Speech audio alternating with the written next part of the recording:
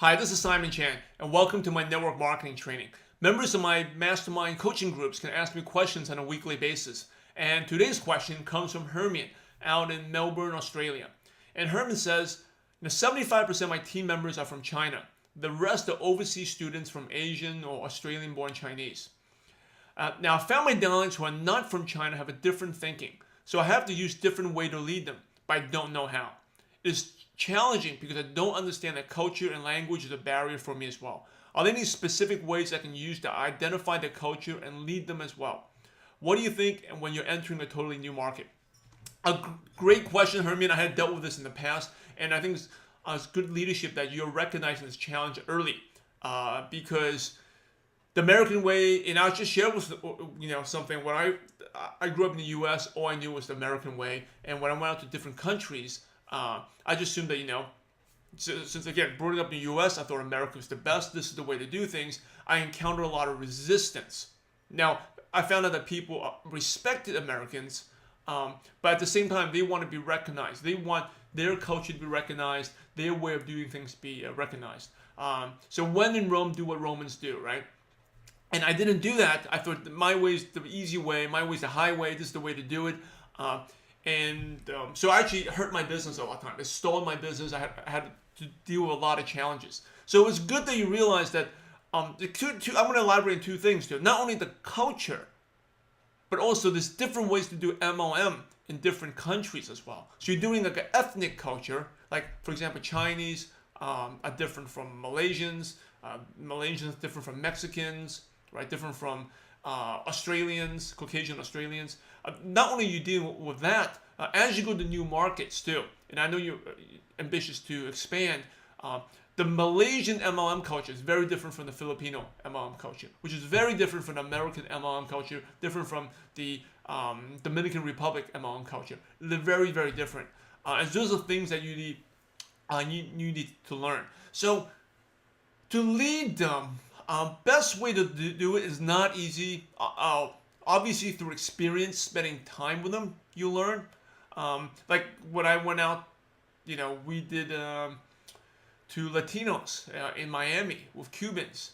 Americans start on time. We're very serious. Latinos, they like to. It's like a fun thing, right? You got to have some drinks, right? People start late. It's the same thing in Asia. In Malaysians, they all start late. Filipinos, we have a joke of Filipino time. They all start late. You tell them, have a meeting at 7, they'll show up at 7:40. In the U.S., if you come in 40 minutes late, don't bother them coming. You'd be so embarrassed. But there in that culture, it's totally acceptable. So first thing is, you just spend time with the people. It seems like you have downlines, team members, friends. Spend time with them. Learn. And actually, it would help you. You said your English is language is a barrier. That's your weakness. Right. So by spending there, your English will automatically get so much better. Same thing for me. I'm American-born Chinese. My Chinese is not the best. I spend time with Chinese speakers, and when I spend there, I make sure I speak Chinese. I don't speak English, and that helped my Chinese get a lot better. Now the question is, are there any specific ways I can use to identify their culture and lead them? There's no easy way research study. Before I go into a new market, since you asked about it, I'll buy books, culture books. I think I may even have them a couple on my shelf.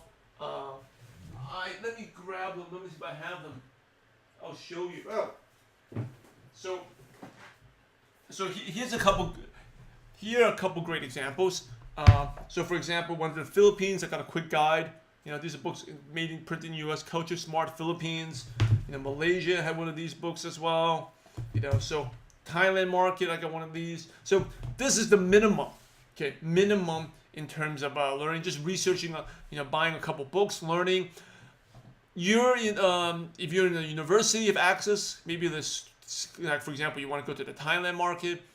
They show this Thai student organization. Go there, be friends with them, and it could be fun too. Fun, right? You meet new friends.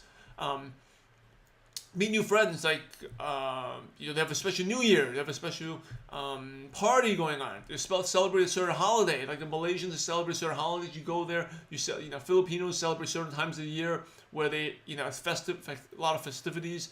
Latinos, Mexicans, they have like Cinco de Mayo. Go there, have a party. Single mom is a great fun time, but just spending time with these groups, not only are you meeting new friends, you learn the culture, but it's fun. Right? It's fun. You're expanding your database. So that's what I would recommend. Just start, not easy. Spending time there, spending time with the people, and you can pick up a couple books. In terms of the MLM culture, that is much harder. Okay, if you're recruiting networkers, I think that it just comes from experience, learning from other companies, right? That's something you can always tap into. Like, I'm not telling you to join another company, but go to meetings from different company. Like, so for example, if you go into the new market, you go into the, just say you're going to the Thailand market. What are the top network marketing companies out there, right? Go there and visit them. Go to their meetings. See how network marketing is done there. Be a prospect, right? And you can meet some new friends.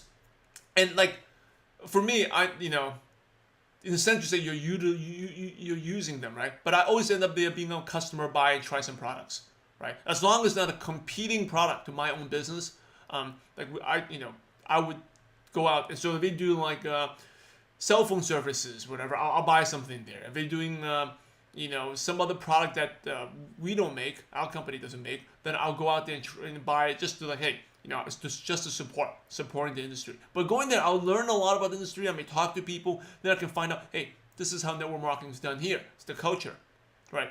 So those are a couple of things you can do. And it's also good to, if you have a good presenter, if they're doing you're going to different, just attending there as a prospect, right?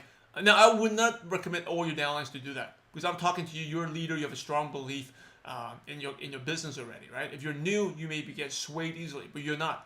Right? You make yourself 2 promises that when you go there, no matter what, you won't join, but you're going to need to learn. And also, you make a promise you may buy some products just to be a customer, help them out. So you go there, and if you go to a big meeting, normally like the big time leaders, a very successful leader, maybe do the meeting, and you can actually learn a lot of pointers, learn things that you can adopt and apply to your presentation, so you grow as a leader as well. All right, everyone, this is Simon Chan. Thank you for watching my network marketing training. I'll see you guys next time. Take care.